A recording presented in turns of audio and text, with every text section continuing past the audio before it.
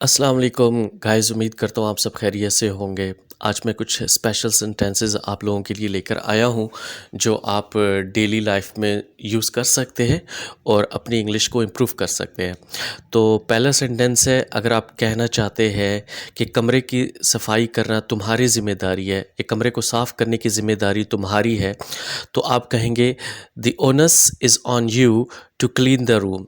Guys, यहाँ पे जो ओनस वर्ड है इसका मतलब है ज़िम्मेदारी होना। अगला जुमला है, अगर आप किसी को कहना चाहते हैं कि काश तुम यहाँ होते, तो आप कहेंगे I wish you were here. Guys, अगर आप चाय पी रहे हैं तो आप कह सकते हैं I am having T.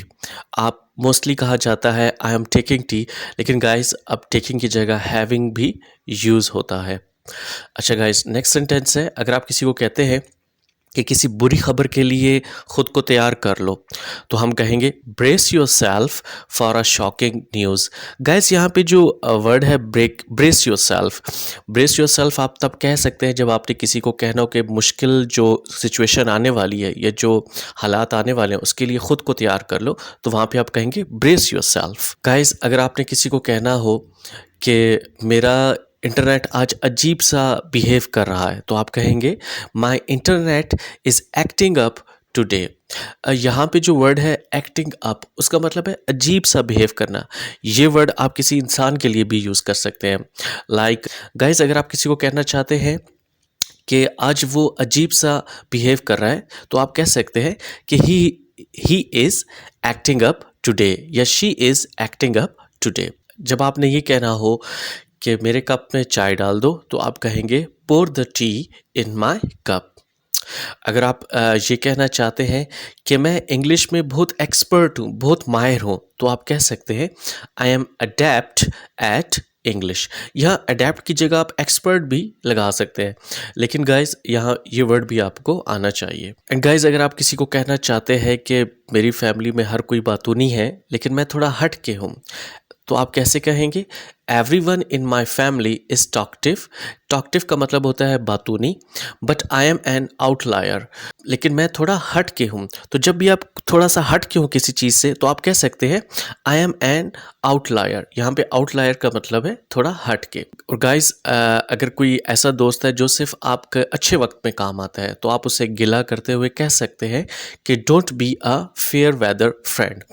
Guys, यहाँ पे जो फेयर वेदर फ्रेंड है, इसका मतलब ये है कि जो भी दोस्त सिर्फ आपका अच्छे वक्त में काम आए, आप उसे कह सकते हैं कि you are a fair weather friend, या आप उसे तंबीह कर सकते हैं कि don't be a fair weather friend. Guys, अगर आप किसी से कहना चाहते हैं कि आप अपने पाँव पर कुल्हाड़ी मार रहे हो, आई मीन कि अगर वो अपना कोई नुकसान कर रहा है, तो आप उसे कह सकते हो you are digging your own grave.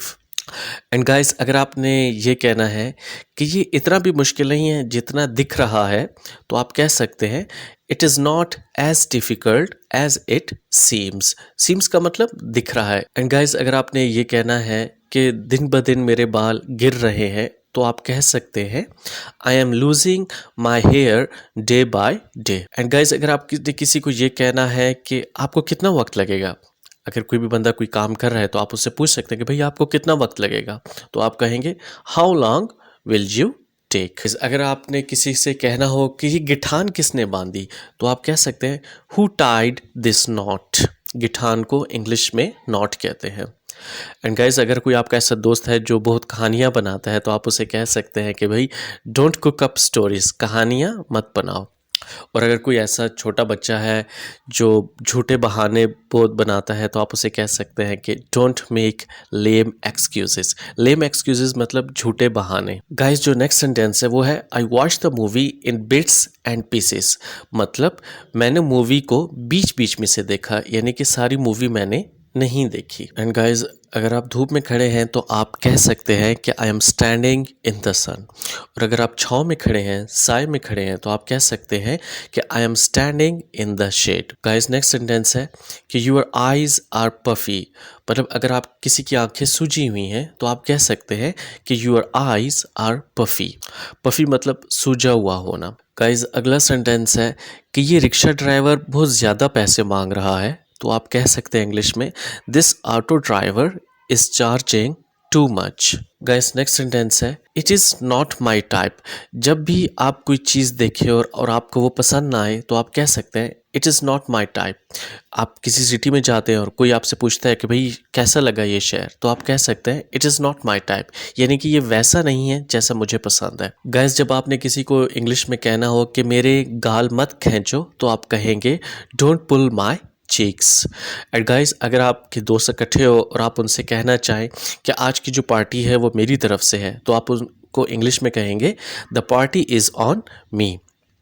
And guys अगर आपने किसी से कहना हो कि मेरे ऊपर एहसान करना या मेरे साथ कोई ताउन करे, तो आप कह सकते हैं कि do me a favour. Guys next sentence है कि अगर किसी को आपने कहना हो कि मुझे पहचाना, तो आप उसको इंग्लिश में दो तरह से कह सकते हैं, डू यू रिमेंबर मी या फिर रिमेंबर मी। गाइज अगर आपने किसी से इंग्लिश में पूछना हो कि तुम किससे बात कर रहे थे, तो आप कहेंगे हुम वर यू टॉकिंग टू। और गाइज अगर आपने किसी को इंग्लिश में कहना हो कि तुम्हारे बाल बहुत घने हैं, तो आप कह सकते हो कि your here is so thick. Guys यहाँ पे आर नहीं आएगा क्योंकि इंग्लिश के अंदर हेयर को सिंगुलर माना जाता है, इसलिए आप कह सकते हैं कि your here is so thick. और गाइज अगर आपने किसी को इंग्लिश में कहना हो कि मेरा दिल गलती कर बैठा है, तो आप उसको कह सकते हैं the heart has committed a mistake या my heart has committed a mistake.